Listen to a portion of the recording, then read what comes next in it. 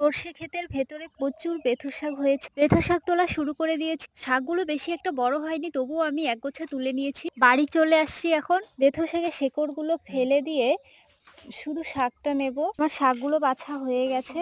সাথে একটা আলুও কুচি কুচি করে কেটে নিয়েছি, আর কয়েকটা কাঁচা লঙ্কা। শাকগুলোকে ৩-৪ বার ভালো করে ধুয়ে নিতে হবে। ঝোলের জন্য ১ বাটি জল, কেটে রাখা আলু, কাঁচা লঙ্কা দিয়ে উনুন ধরিয়ে স্বাদ মতো লবণ আর কুচানো পেঁয়াজ দিয়ে দেব।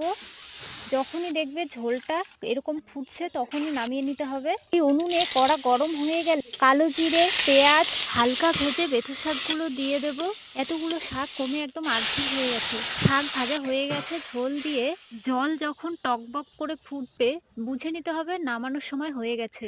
জমির টাটকা বেথু শাকের ঝোল দিয়ে গরম ভাতের সঙ্গে কেমন লাগবে অবশ্যই কমেন্ট করে জানাবে। ঝোলটা একটা পাত্রে নামিয়ে নিয়েছি। দেখুন কত সুন্দর সবুজ ভাব ফুটে উঠেছে। ভালো লাগলে লাইক, কমেন্ট